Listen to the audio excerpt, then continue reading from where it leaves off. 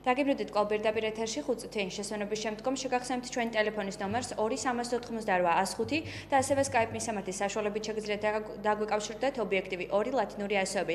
ჩვენი სტუმარი გახლავთ პროფესორი, მედიცინის დოქტორი ბატონი ალექსანდრე პაპიტაშვილი და აქვე მოგახსენებთ უშუალოდ დღეს ვისაუბრებთ რა მდგომარეობაა სამედიცინო განათლების მხრივ საქართველოში, სად და რა განათლებას იღებენ მომავალი ექიმები, როგორია მათი სწავლების პრაქტიკული და თეორიული დონე და რატომ უწევთ მომავალ ექიმებს ქვეყნის დატოვება.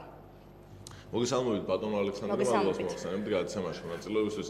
ბატონო ალექსანდრე, პირველ რიგში საუბარი დავიწყოთ უშუალოდ იმ თემით, რომ ბაკურიანში თებერვლის ბოლოს გაიმართა медиковთა კონფერენცია, რა სახავდა მიზნად ეს კონფერენცია და რა თემებზე იყო ძირითად შემთხვევაში საუბარი და რაზე გაკეთდა აქცენტები. მოგესალმებით თქვენს, მოგესალმებით თქვენ მაყურებელს და მსმენელს. დიდი მადლობა მოწვევისთვის და აი ამ აქტუალური თემის შერჩევისთვის. ეს არის ერთ-ერთი მაჩვენებელი იმისა თქვენი განსხვავებული ტელევიზიის, რომ კი არ მაპატიეთ, მაგრამ უნდა ვთქვა ესა, რომ კი არ ეძებს იაფფასიან, ესე იგი სენსაციებს და იაფფასიან თქვა აი იმის რა ქვია, საპნის ბუშტით მე როს ხდება მომენტებს, არამედ მართლა საფუძვლიანად იხილავს და აწუხებს საკითხები, რომელიც ესე იგი საბაზისოა ჩვენი ქვეყნისთვის, ჩვენი ხალხისთვის. რაც ეხება კონფერენციას. პირველი ის არის რა მნიშვნელობა აქვს პატარა შესავალს გავაკეთებ სამედიცინო განათლებას და სამედიცინო სწავლებას. თუ ჩვენ ავიღებთ მოწინავე ქვეყნებს, მათ შორის თქვა ამერიკის შეერთებულ შტატებს, იქ პირდაპირ ძირითადი პრინციპი აღნიშნული ასეთნაირად. ნებისმიერი სამედიცინო განათლება, რომელსაც იქ 12-15 წელია, მეტიც არის ვიდრე ჩვენთან, აგებულია ცოდნაზე. და არის სპეციალური ტერმინიც, რომელიც ამას ასახავს. დანარჩენი ყველაფერი მიბმულია ამასთან. ცოდნა, კიდევ ერთხელ ცოდნა. გაყოფა არ არის იქა. ეს აი პრაქტიკოსი ექიმია, ის თეორეტიკოსი არ არის.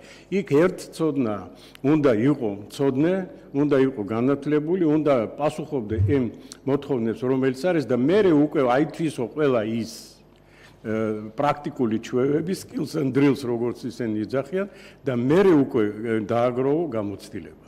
რა ეს კონფერენცია ზუსტად ამას ემსახურება.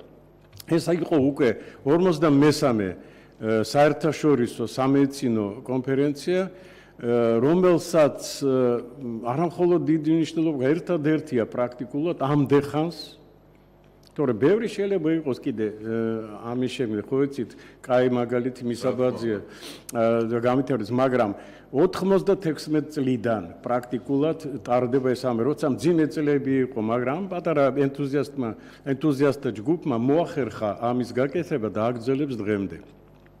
დაახლოებით 7 ქვეყნიდან, დაახლოებით 30 მონაწილე იყო, მათ შორის ესე იგი არამხოლოდ ყოფილი საბჭოთა კავშირის ქვეყნებიდან, არამედ შვეციიდან, ისრაელიდან, ამერიკიდან, უამრავი ხალხი, რომელსაც არამხოლოდ აინტერესებთ ის, რა ხდება საქართველოში და ტურისტულად რო კარგი ქვეყანაა გასაგები, მაგრამ აინტერესებს და დახმარება უნდათ იმისთვის, რომ გავითარდეთ და არ ჩამოვრჩეთ და ვიყოთ იმ დონეზე, რომელიც მოწინავე ქვეყნებს ახასიათებს. 7 საერთაშორისო ერთობრივი სიმპოზიუმი ჰქონდა ჩვენ ამ კონფერენციაზე. ეხლა დამისახელეთ ერთი მაინც, ესე იგი ისეთი სამედიცინო კონფერენცია, რომელიც ესე იგი ასეთ რამეს აკეთებს ანაწყობს. ფაქტია, რომ ძალიან დიდი მოწონებაც არის და ძალიან დიდი არამხოლოდ პრესტიჟზე ლაპარაკი ამ შემთხვევაში მე მგონი არ არის მისაღები, ლაპარაკია სარგებლობაზე. მე მგონი სარგებლობა მოაქვს ძალიან დიდი, იმიტომ რომ აქ უახლეს მიღწევებს ეცნობიან, რაც კოლეგებს აქვს. მაგალითად, ქართულ-შვედური სიმპოზიუმი იყო და შვედეთიდან ჩამოვიდა ძალიან დიდი დელეგაცია, 12 ადამიანი. და სხვადასხვა დარგის სპეციალისტებმა გააცნეს, ესე იგი, ჩვენ კოლეგებს და სხვაებს სხვათა შორის, იმიტომ რომ უამრავი 6 დანარჩენი ხო იყო კიდე ერთობრივი სხვადასხვა ქვეყნის. იმას რაც იყო, ესა დიდი ძალიან დაწესებულება ეგრეთ კაროლინსკი ინსტიტუტი, რაც მოწინავეა სოფლიოში. მე მაგალითად ვიყავი შარშანიკ და გავოცდი, წარმოედგინეთ, რომ ესე იგი მთელი რაიონი უკავია, აი რო ავიღოთ საბურთალო მაგალითად, იმის ნახევარიც უკავია მთლიანად ამ კომპლექსს. უზარმაზარი ქალაქია თვითონ. და რა თქმა უნდა, იქ რაც კეთდება და ფინანსირება ხდება სახელმწიფოს მიერ და ძალიან კარგად ფინანსირდება. აი ეს უმნიშვნელოვანი მომენტები, რომელიც აინტერესებს, ესე იგი, ყველა ჩვენ ექიმს, იყო იქ განხილული. ნუ ალბათ შეგვიხდიახ. ასევე ბატონო ალექსანდრე, მედიკოსთა ტრადიციული 54 საერთაშორისო სკოლა კონფერენცია გაიმართება 8-დან 16 ივლისის ჩათვლით და თემა შეეხება თანამედროვე კლინიკურ მედიცინას, მიღწევებს და უახლეს ტექნოლოგიებს. როგორც მე ვიცი, ეს 54 კონფერენცია გასაგებია 53 კონფერენციაზე, როგორც მე ვიცი, რომელიც ბაკურიანში გაიმართა, იყო ასევე საუბარი ნარკომანიაზე და თუ რა შედეგები შეიძლება გამოიწვიოს ასევე ბავშვისთვის და ასევე მშობლისთვის. დედისთვის მით უმეტეს აი კონკრეტულად რა თემებზე იყო საუბარი 53 კონფერენციაზე და უშუალოდ გადავიდეთ შემდგომ 8-დან 16 ივლისის ჩათვლით, რომელიც გაიმართება შემდეგი კონფერენცია. მადლობთ საინტერესო შეკითხვისთვის, რა თქმა უნდა, დიდი მნიშვნელობა აქვს. საერთოდ სამედიცინო განათლება იმიტომ არის მნიშვნელოვანი მსოფლიოში, რომ პირდაპირ კავშირშია, ესე იგი, შემდგომში როგორ ესე ვთქვათ, გაუმკლავდებიან ექიმები ამ სამედიცინო ამოცანებს, როგორ უმკურნალებენ პაციენტს, როგორ იქნება სამედიცინო დახმარების ხარისხი. აი ეს უდიდესი, ესე ვთქვათ, მომენტია, უდიდესი მნიშვნელობა აქვს ამას, ძალიან მნიშვნელოვანი მომენტია და ამიტომ ჩვენთან რა თქმა უნდა პრობლემაა. ეხლა თქვენ რაც ეხება თქვენ კითხვას, წარმოიდგინეთ, რომ ცალკე თქვათ ამ მიმართულებით ჩვენთან სამეცნიერო აი ცალკე ესეთი ღონისძიებები არ ჩატარებულა. ამ დროს ეს ძალზე აუცილებელია. ამხელა პრობლემები გვაქვს, ამხელა სიტუაციები აქვს და არის ყველაფერი ემპირიულ დონეზე, ლაპარაკის დონეზე და ერთი მაინც ჩაეტარებინათ ვინმე იმაზე ფიქრობდი მე, რომ ესე იგი რაღაცა რეალური სურათი ენახათ, სამეცნიერო მტკიცებულებების დონეზე შესწავლი და აი წინსწრებით გამოვიდა თითქოს, იცით, აი განხილული საკითხები, რატო? იმიტომ რომ ეს არის პოლითემატიური, არა მრავალპროფილიანი კონფერენცია, ესე იგი სკოლა კონფერენცია, სასწავლო კონფერენცია და იმიტომაც ამდენი ხალხი ჩამოდის და ამდენი ხალხი მონაწილეობს, ამდენი ის აქვს, ესე ვთქვათ, მას ავტორიტეტი. და იქ ერთ-ერთი სესიის და ერთ-ერთი სხდომის თემატიკა იყო ზუსტად აი ეს რა არის, როგორ არის და როგორ მოქმედებს. იყო მიმართული არა მხოლოდ მოზარდის, არა მხოლოდ ზრდასრული ადამიანის ორგანიზმზე მოქმედებას, არამედ ნაყოფის მდგომარეობაზეც, რაც ერისთვის, დემოგრაფიისთვის, სულ ამაზე ვლაპარაკობ. ეს მნიშვნელობა აქვს. თუ ჩვენ დღევანდელ დღეზე ვიფიქრეთ და მომავალზე სტრატეგიულად არ ვიფიქრეთ, ესე იგი ჩვენ გავნადგურდებით, სხვაები ვიფიქრებენ, ჩვენ არა. ესე იგი და იქ რა იყო განხილული? იყო განხილული და ძალიან საინტერესო მოხსენებები იყო გაკეთებული ჩვენი უცხოელი პარტნიორების ძალიან დიდი რაოდენობით, ასე ვთქვათ, შემთხვევა ჰქონდა შესწავლილი დაკვირვება 100,000-ობით.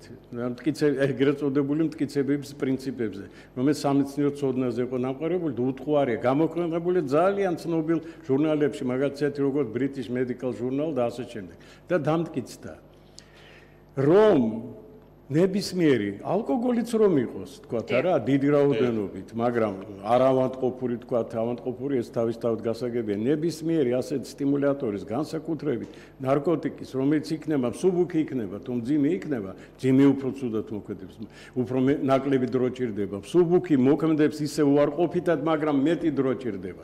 აი ამ შემთხვევაში როც დაანებონ მომავალმა მშობლებმა. და ერთი წლის განმავლობაში არ მიიღონ, გენებში უკვე ესეთი ცვლილება მიდის სასქესო ქრომოსომებში, რომ ის ბავშვები, რომლებიც იბადებიან და მათი მშობლები არიან ასეთი კატეგორიის ხალხი, შემდგომში შესწავლილი ქონდათ აი ჩვენ კოლეგები, ჩვენ ამის ფიზიკურად არა გვაქვს. აი 100,000-ობის შემთხვევა და დაადგინეს, რომ ინტელექტუალური დონე იმ ბავშვების ვიზუალურადაც რომ არ ქონდეთ არაფერი. რა?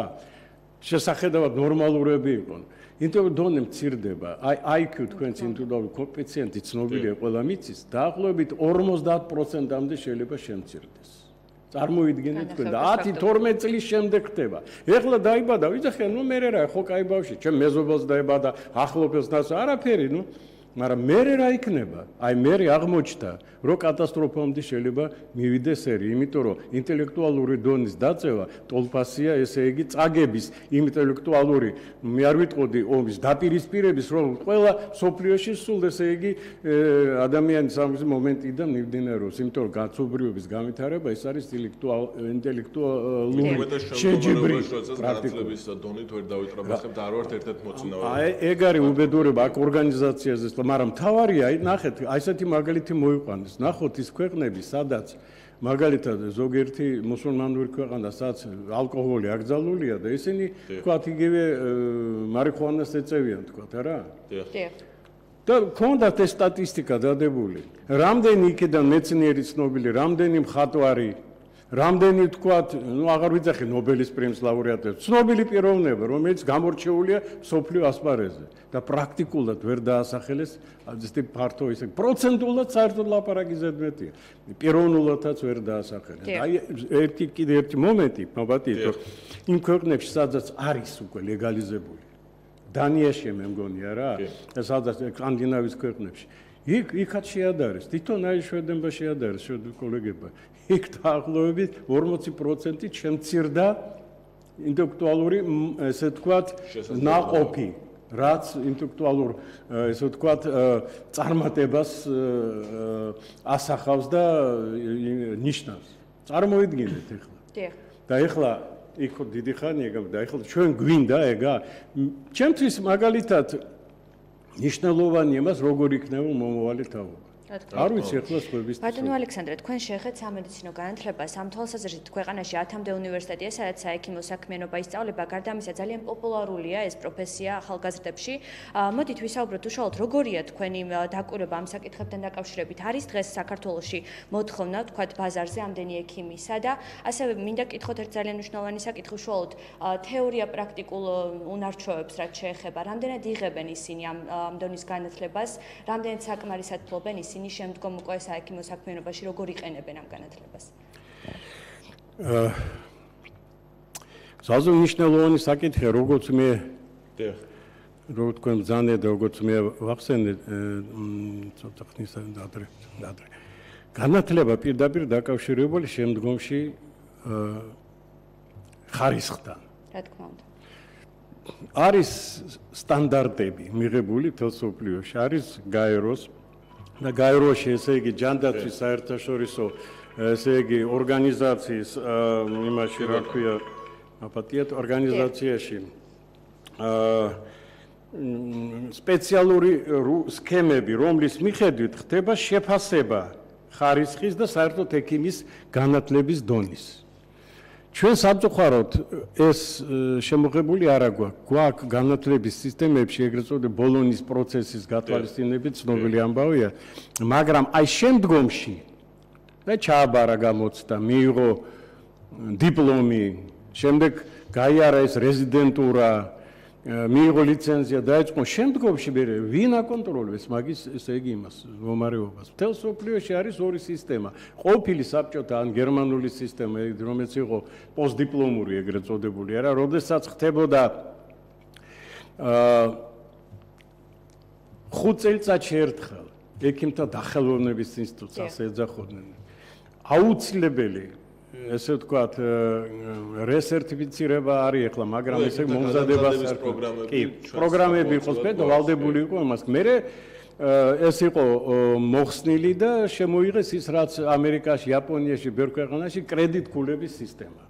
ამ კრედიტ-ქულებში ითვალისწინებენ იმას, რომ თუ დააგროვებდა კრედიტ-ქულებს გარკვეული ღონისძიებების გამო, მაგალითად ლექციებს დაესწრებოდა, აი ასეთნაირ კონფერენციაზე ჩვენც ვაძლევდით სხვათა შორის კრედიტ-ქულებს, რომელიც იგი სპეციალურ საბჭო გვანიჭებდა ჩვენ უფლებას, რომ ამდენი მიენიჭოს, ვინ დაესწრებოდა. არა, მე ეს მოიხსნა. აი წინა მთავრობის დროს მოიხსნა, იმიტომ რომ სხვადასხვა მიზეზის გამო შეიძლება ვთქვათ, სხვადასხვა აზრი იყო ამის შესახებ, რატომ, რისთვის, მაგრამ მოიხსნა. და ეხლა პრაქტიკულად, აი როგორ გავიგოთ, აი თქვათ, თქვენ ხართ ჯანდაცვის ორგანიზაცია, ან თქვენ ხართ მომხმარებელი, ეგრეთ წოდებული. გააქვთ თქვენ გარანტია, რომ 10 წლის შემდეგ ახალ დამთავრებულმა აიმაღლა არა მხოლოდ შეინარჩუნა, აიმაღლა თავისი, ესე ვთქვათ, იმიტომ რომ მუდმივი სწავლება უნდა იყოს. მუდმივი მედიცინაში განსაკუთრებით, იმიტომ რომ იმდენი ინფორმაცია ახალი შემოდის ყოველდღიურად, ყოველდღიურად, რომ თუ ახერხებს ამის ათვისებას, ხო კარგია, მაგრამ არასწალიათ სამბერს. იმიტომაც არის პოპულარული ეს ჩვენი კონფერენცია, თუ უახლეს მონაცემებს ვაძლევდა, აღარ ჭირდება არც ინტერნეტში, ესე ვთქვათ, ქექვა, არც ძვირადღირებული ჟურნალებისგან სტატიების ამოღება და ასე შემდეგ. ძალიან ძვირი სიამოვნება და შრომატევადია. მაგრამ აუცილებელი. არ იქნები მოწინავე პოზიციებზე, არა? შენ უკვე არ გაკუფლება, ესე ვთქვათ, საკუთარ თავს ეწოდო, რომ შენ ხარ განათლებული ექიმი. რამდენად არის დაინტერესება ამ სემინარებზე, უშუალოდ რამდენად მოგმართავთ? რაშია საქმე? თავი ახალგაზრდა თაობა თუ არის დაინტერესებული და ჩართული თემებში. აი რა არის, იცით? აი ზუსტად აქ მოხდა პოლარიზაცია. და გამოჩნდა ვის აინტერესებს და ვის არა. ვისაც აინტერესებს, ესე იგი ახალგაზრდაც არის ესეთი. და ცოტა ასაკში შესულიც.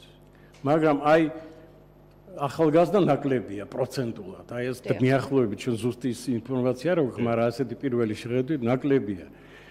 არ ვიცი რატო, ალბათ სხვა მიზეზებია, მაგრამ არიან. შეიძლება ცოტა იყოს, მაგრამ არიან, იმიტომ რომ ვისაც აინტერესებს, ვისაც უნდა მოწინავე პოზიციაში იყოს და პაციენტს მიაწოდოს, ესე იგი, ისეთი დახმარება, რომელიც არ ჩამორჩება არსად სოფლიოში, რა, იმიტომ რომ არ არის აუცილებლად რომ იყოს ძალიან ძვირადღირებული აპარატურა. ცოდნა. ბატონო ალექსანდრე, ერთ თემაც აუცილებლად უნდა მოვასწროთ ამ გადაცემის ნაწილში. პარლამენტში წარდგენილი არის საქართველოს კლინიკების ასოციაციის საკანონმდებლო წინადადება, რაც ისახავს მიზნად, რომელიც თანახმადად საექიმო საქმიანობის შესახებ კანონში ცვლილებების შეტანა იგეგმება ექიმის შეცდომის შესახებ მედიით გაშვება შესაძლოა აიკრძალოს. აი თქვენ რამდენად ემხრობით ამ თემას და რამდენად არის რეალური, რომ მედიით აღარ უნდა გაშვებდეს ექიმის შეცდომის შესახებ და ესე ვთქვათ, აღარ უნდა გავიდეს იმ კლინიკის გარეთ. აი რატომ უნდა მოხდეს აი სტუდენტკიც და რა თქმა უნდა პარლამენტში ეს ინიციატივა. გასაგებია. აბსოლუტურად სწორი შეკითხვაა და მე ვიტყოდი ძალზე მნიშვნელოვანი ისიც. მოდით ასე დავაყენოთ საკითხი. რატომ სასამართლოს დადგენილებამდე არა გაკუფლება, წაუყენო ბრალდება ნებისმიერ დაპატიმრებულ ადამიანს, იმიტომ რომ ჯერ უნდა დაუმტკიცდეს. რა თქმა უნდა. ვინ უმტკიცებს ბრალდებას? სასამართლო, რომელსაც აქვს ამის კომპეტენცია. რა თქმა უნდა. თუ აი ახლა პრესაც ხო აქვს თავისი კანონები, რა. აიღო პრესამ გააშუქა და უთხრა, რომ ეს მაგალითად ძარცველია, ეს ქურდი, ეს რა მოყვება მაგას. საუბარი იყო, რომ შესაბამისი ექსპერტიზის დასკვნა უნდა არსებობდეს და მხოლოდ იმ შემთხვევაში საქმეც იმაშია. საზღვარგარეთ როგორ არის? იქ გამოცდილება გაცილებით მეტი აქვს. იქ არის პროფესიონალური საბჭოები, პროფესიონალური ასოციაციებთან არსებული. ისინი მსჯელობენ, თუ რამდენად პროფესიონალურად მოიქცა ეს თუ ის ექიმი ამ შემთხვევაში კონკრეტულად. მაგის ბრალი არის რამეში, თუ არ არის, თქვათ, ეხლა ვის უნდა რომ იყოს ცუდი თქვათ შედეგი, არა? არავის არ უნდა, რომელი ნორმალური ექიმი ადამიანი ამაზე ფიქრობს, მაგრამ შეიძლება დაუშვა სამედიცინო ან საექიმო შეცდომა. განსხვავება დიდი, სამედიცინო შეცდომა ერთვიცნება, საექიმო შეცდომა სხვა არის. შეიძლება იყოს თვითონ დაავადება ისეთი, რომ დიაგნოსტიკა ძალიან ძნელია. ეხლა მე აგ მთელი ალბათ 30 წელია დიაგნოსტიკაში მუშაობ და ვიცი რომ რა მნიშვნელობა აქვს დიაგნოზი. არასწორი დიაგნოზი ტოლფასია ხანდახან აი ცუდი გამოსავლის. და 90% შემთხვევის, ესე იგი, რომელიც კარგად დამთავრდა, ეს არის დიაგნოზის, სწორი დიაგნოზის დასმის, ესე ვთქვათ, შედეგი. ამიტომ, ეხლა ნახეთ, რამდენია ჩართული, ექიმთან მოდის პაციენტი, მოაქვს პასუხი. იქიდან გაკეთებული აქვს მაგნიტურეზონანსული ისეთი, უამრავი გამოკვლევა, ლაბორატორიული ანალიზები. რა უნდა ქნას, დაეყნოს იმ ანალიზებს თუ არა? ვინ ამოწმებს ანალიზებს? დიახ. არის ჩვენთან სამსახური, რომელიც აი რეფერალურს ეძახიან, რომელიც გადაამოწმებს ამას. ან და ვთქვათ, შეცდომა დაშვებულია დიაგნოსტიკის დონეზე და მე მოყვას ცუდი შედეგი, თქვა, იმიტომ რომ იქ არასწორად უმკურნალო და არასწორი დიაგნოზის გამო, იმიტომ რომ შეიძლება ინსტრუმენტალური გამოკლება გადამწყვეტი იყოს დიაგნოზის დასვაში, თუმცა მაინც ექიმის უნდა გადაამოწოს, ექიმის ის არის ეს პრეროგატივა. რა შემთხვევაში როგორ უნდა მოიქცეს, ესე იგი, ძალიან მოკლედ ბატონო ალექსანდრე. ბატონო? დრო აღარ გრჩება კონკრეტულად. ხო და ამიტომ ჯერ ჩემის აზრით, ეხლა შორს რო არ წავიდეთ, საჭიროა უპირველეს ყოვლისა ამ შემთხვევაში იყოს შექმნილი კომპეტენტური პროფესიონალური საბჭოები, პროფესიონალურ ასოციაციები, და ჩვენთან საბჭო ხარ სულადან. მეორე, საბჭომ უნდა გამოიტანოს დადგენილება. მესამე, თქვენ იცით კიდე ერთი ძალზე მნიშვნელოვანი მომენტი. მერე თუ რაღაცა აქ არის სასამართლოსთვის საქმე შეიძლება გადასცეს, თქვა, გამოძიებელ ორგანოზე. თუ არა, მაშინ უნდა დაკმაყოფილდეს. ჩვენთან ერთ სააგენტო ექიმის საქმიანობის ამას იხილავს. მეორე მომენტი. თქვენ იცით ძალიან კარგად ასეთ შემთხვევა, რომ მაგალითად აი ძალიან ცნობილი, სოფლიოს ცნობილი ექიმი ბოტკინი დაავადებას დაარქვეს, რა, რეცეპტებს როცა წერდა, მისი რეცეპტები აღებული პაციენტის მიერ მოქმედებდა იგივე რეცეპტი, იგივე წამბლის იმის მერე ასენზე არ ეს არის რწმენა.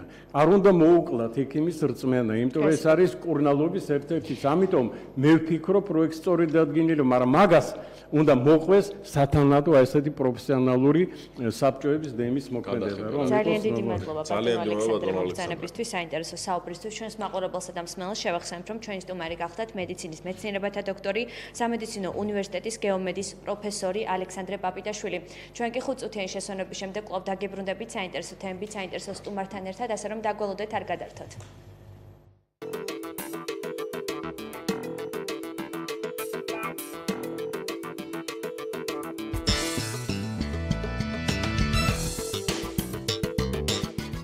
რას